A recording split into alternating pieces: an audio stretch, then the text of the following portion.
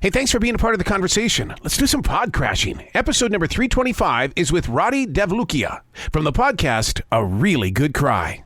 I'm doing well. How are you doing? I'm very excited to talk with you because you are speaking my street. You understand that it's not always about you. It's about what we plant in other trees as well as the soils that grow those trees.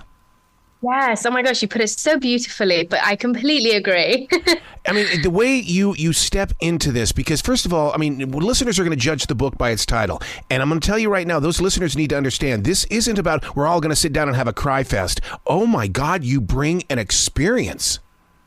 Thank you. I really tried to create something that I know I needed throughout my life, and that I would have really benefited from receiving. And so I really hope that this is a platform that allows space for people to, feel like they are understood, to shed a tear, to release all the things that they no longer need, that just eventually makes them feel like better humans for themselves. You talk about you wish you would have had these in the earlier days. Did you become a daily writer? Because I write in my journal and I've been doing it for 30 years. Those pages are the air that I breathe. Yes. And, a lot of people, I find people process things differently. Some people need to talk to 100 different people about their issues. Some people need to take time and solace by themselves. And some people need one person that they're able to just pour their heart out to. I think I like doing the last two. I like taking time by myself where I'm either writing or sometimes I'll write and just throw things away because I know I need to get them out of me, but I just don't necessarily want to share it with anybody. And so pages and pages have been written. Sometimes I use my notes on my iPhone as well. I may not have a pen and a paper, but there's always notes on your iPhone to just release and get things out. And whether it's things that you want to write to people who have left your life, whether it's things that you want to write to yourself, whether it's just something that's happened to you in the day that keeps playing in your mind. I think emotions and certain things are not meant to be held in the body. They're supposed to be processed and they're supposed to be let go of. And when you store them, you feel them everywhere. Like you feel the weight of all those emotions physically, mentally, and emotionally. And so, yes, I really appreciate releasing things through pen and paper, but also I speak to my mom a lot. She's my one person that I go to. And, if something happens, I'll give her a call. I'll speak to her and I'll usually feel a lot better. And so both of those ways are usually my go-to. Speaking of mothers, mine are like within inches of my fingertips here. She is with me every single day. My mother gave me the birth of having an imagination and learning how to use it as a tool for others. That is so beautiful. Thank you for sharing that. One of the things that I want listeners to understand, and you really, really do paint this picture, is that you don't mind sharing your experiences. And with those experiences, we learn. So it's almost like the situation had to move through you to get to us. Yes, I do think that that's a big part of a really good cry. It's not really interviews or a formal setting. It's helping people to not feel alone. I think when we go through things, it's so easy to think, God, I haven't seen anybody cry about this, or I haven't seen anybody struggle with something like this, when really what you realize is many people struggle with most of the things that you go through. And so the conversations that we're having on A Really Good Cry are supposed to be so people feel, oh, wow, someone's been through this. Not only have they been through this, they've made it through this. And they're hopefully showing the tools and techniques that got them from point A to point B. So we don't feel alone in these things, because I think that can be the hardest part of going through something, when you feel like you're the only one going through it. Am I the only one that's going to say what I'm about ready to say? You really do come across as being the female version of Tony Robbins. Oh, I don't know. I don't shout as much, but I love Tony Robbins. I think he is incredible. I probably cry a lot more than him, but I'm probably half the height of him. But I appreciate that. I'm sure he's helped so many people, and I hope I can touch as many people as he has in his life. Now, one-on-one, only because I've been in radio for 44 years and we are trained to use our pitch, volume, and tone.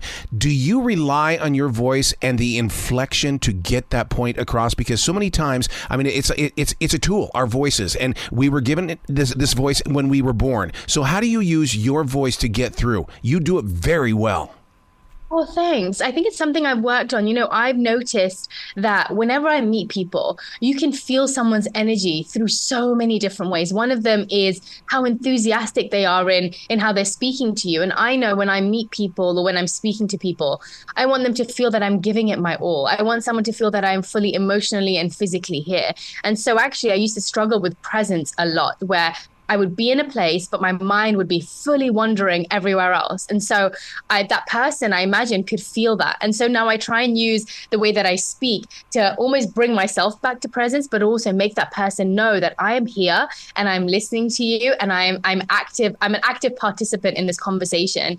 And so thank you for sharing that. Something I'm definitely still working on, but I do use voice a lot and words to help people feel like I am there and I'm listening, because I think we live in a world where most of us are here physically, but our mind can be wandering a lot. Oh, yeah. And that voice inside that soul, oh, my God, all it wants to do is have a friend. Julia Cameron calls it the child within, the little child. And it's like, okay. I love Julia Cameron. Oh, my God. She is an amazing conversation. Really? Yes. Wow.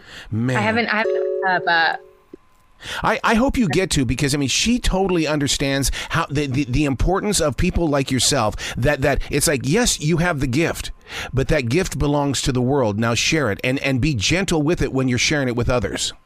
oh my gosh, it would be my dream to have her on the podcast. I did the artist's way when I felt really lost when I was living in New York, when I first moved away from home. And someone introduced me to the artist's way, and it really helped me to start understanding myself better in a time I was extremely lost. So yeah, I will try and reach out to her. One of the things that you talk about on the podcast is intuitive eating. I'm not familiar with that. What is that? I think, especially in the Western world, we live very abundantly, where everything is at our fingertips. Yep. We have every food that we possibly want in large amounts that maybe we don't necessarily need. And I think sometimes what happens as we go through life, if we're not used to listening to the cues of our body, we lose complete sight of what our body actually wants and needs. And so intuitive eating for me was a practice of going back to listening to my body. When does my body want to eat? What does it feel like eating? Not what it's craving, but what does it deeply need, and what foods are going to nourish it and replenish it and energize it. And so intuitive eating is really a practice to just coming back to yourself and start to listening to your body and what it actually needs. And it can be as short as every day writing down what you've eaten and how has your body reacted to it. Is your digestion feeling good? Are you feeling energized or depleted after eating that? Do you feel like taking a nap after eating that big bowl of rice? How is your body feeling after eating specific foods? And so really, it's a practice of tuning back in. I can totally understand this, because that's the way that I work out my day, is that especially when I go to my essential job after doing the podcasting. And that is that I'll sit there and I'll tell myself, I'll have a conversation with myself. I'll say, we need to have this protein, because I know at 6 o'clock tonight, you're going to go dry and I don't want to rely on candy. So therefore, we need to work together here. Take the protein. You don't have to have that much. Let's work together. Oh my gosh, that's so true. I have to do exactly the same thing, because that's usually when it hits me. Yeah. I want something to eat after my meal at night. And I know it's because I haven't given my body the nutrients it needs throughout the day, that it's going towards something that's easy to bring better energy to my body later on. So yeah, I think it's exactly that. It's tuning back into your body every day, just like you would have a conversation with your child or your partner. How are you? How are you feeling? In the same way, we can do that with ourselves, and we should be doing that with ourselves emotionally and physically. Well, you bring that up on the podcast. You're saying always ask yourself the questions. I personally call that defragging. Ask the questions and then question the answers. I mean, you and I are on so much the same page here. Yes, we really are. I agree. I think it's, and also when you end up asking yourself these questions and understanding them for yourself, it allows you to be a better person to other people. And I think we don't realize that when you often every single day and every moment, what you're doing for yourself is actually also a service to other people. Yep. Because you are making yourself better in small increments through what you're eating, through your daily practices, through how you're interacting with other people, how you're choosing to live your life. Every moment impacts you, but also impacts everybody that you come into contact with.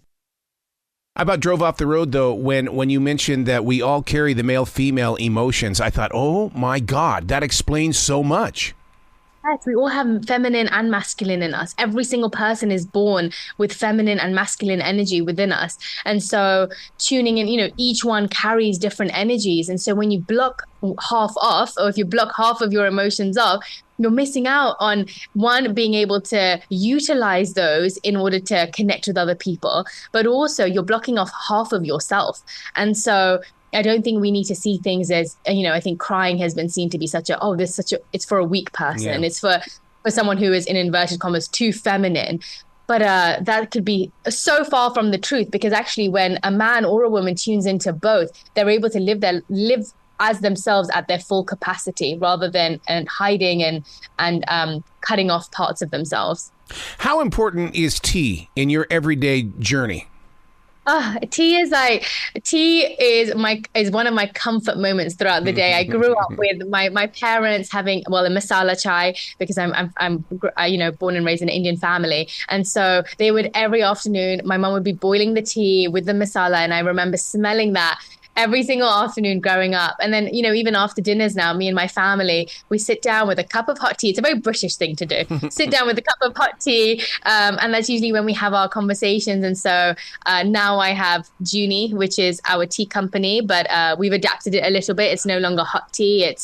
It's a sparkling adaptogenic tea that you can drink at all times of the day. It's called Junie. But tea is definitely something that I have a deep connection to from my heritage, but also family and the way that I don't drink alcohol. And so I usually say, let's go for a cup of tea. Well, because when we talk about tea and we start putting that little bit of a fizz in there, right away I'm going, ooh, these are the early stages of kombucha. Yes, exactly. And that's what we've done with Junie. It's actually green tea. So the caffeine comes from green tea. And then we've got adaptogens in there like ashwagandha, lion's mane, to help energize you through natural herbs. And then also got a bit of sparkle and different flavors just to, not sparkle. What is it, sparkle? No.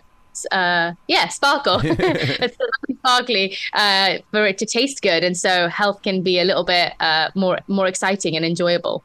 One of the things that you cover very clearly in your podcast, A Really Good Cry, is the fact that you say that this will not solve your problems, but yet at the same time I feel like that this is a companion, because here in America, in order to get any type of mental help, it takes 2 to 3 months. You're on a waiting list if they're taking patients, and this is like a companion, so somebody doesn't feel like that they're alone. I really hope it is that for people. And I keep saying to people, it's not interview style, it is conversation. And so I hope it builds a community. I'm trying my best to try and reply back to people when they're listening to the podcast, when they're sending in questions. I really want to try and build a community of people that just want to understand themselves better and connect with people deeper. And I truly hope that this podcast does that.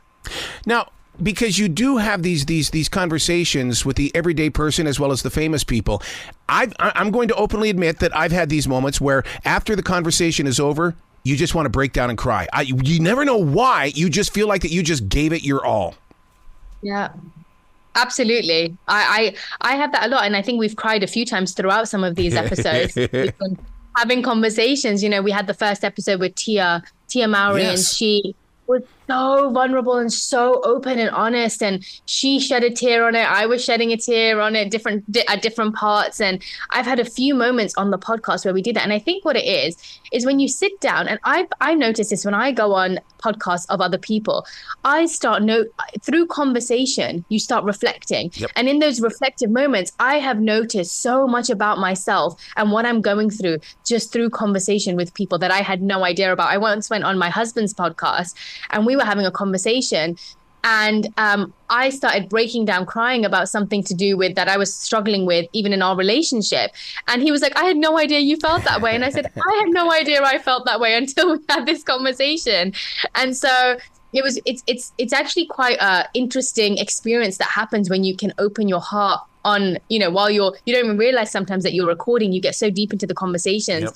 That you end up having honest moments on there. And it's really special to share that with people, actually. Yeah, that conversation with Tia, in my notes, I said, man, she's talking to a real person here, which the reflection, I guess, would be that we know of people, we know of the stories that people talk about the people, but we don't know the person. And you really bring out Tia that way. I feel like we live in a world where it's so easy to judge people. And I've Yep. been thinking about this a lot, whether I've judged people in that way, or I've definitely been judged in that way, where just through small moments, you create this full idea of who this human is. And it's easy to do that now because on social media, you just see something and you automatically judge them for it. And I think I always say, until you've sat down and you've had a deep interaction with someone once, ideally twice, three times, four times, to actually understand who they are at their core, we have no right to pass judgment on someone. And I hope that these conversations help people to just pass judgment a little bit less and notice that everybody is just human, trying to get through life in the same way, going through different things, and just trying to cope with them. And I hope it strips people back to their human self and helps people to see people in that way. Throughout our lives, from our parents to our teachers, we've always been told the mind, body, and soul. You say no, the mind, body, and connection. Yes, mind, body, and connection. I think, our spirit is, and our soul is something that is there to help us connect to someone past all the layers, past all the hats that we wear, past all the roles that we play. Connection is what us humans need. And I think we kind of deplete ourselves of it because of the phone that we hold, the laptop that we sit next to. But actually sitting down, eye to eye, exchanging energy in that same room, God, it helps. It helps without you even realize. You don't realize how much you need that physical and emotional connection with someone in person. And so, yes, connection is a huge part of living as a content human. I always challenge listeners to go get a job at a grocery store or retail. And the reason being is because I want them to learn what real eye-to-eye contact is all about. And more importantly, to find out what the person on the other side of that desk is doing, because it might be exactly what they do to the people in retail.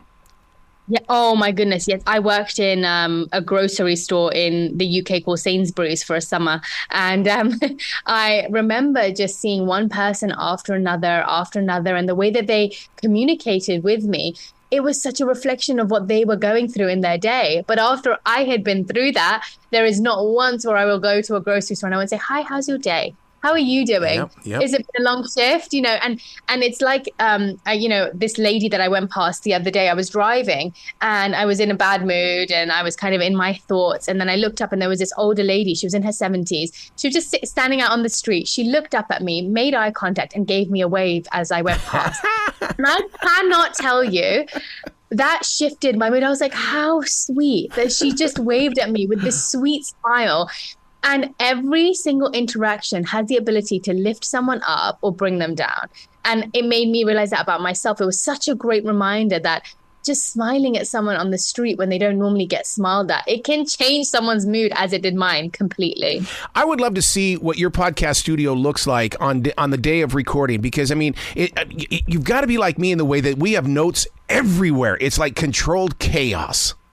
Yes, I'm trying to get better at that, and I'm trying to get better at also being an active listener. I was looking at some of the feedback on my podcast and they were like, both of them talk so much. I thought this was supposed to be an interview, and it's not. It's conversations. Yep. But what I realized is sometimes, you're so excited to hear someone's story and you relate to it so much, and you want to tell them how much you relate to them, and that so that they don't feel alone. And so the conversation goes back and forth, and it's fast, and it's it's kind of exhilarating and it's exciting. But actually, sometimes, and I've taken a note from that first podcast where I can just sit and I can also listen to that person and then share how I feel. So I have a notepad next to me now and I just keep writing in that notepad so I don't forget what I want to say.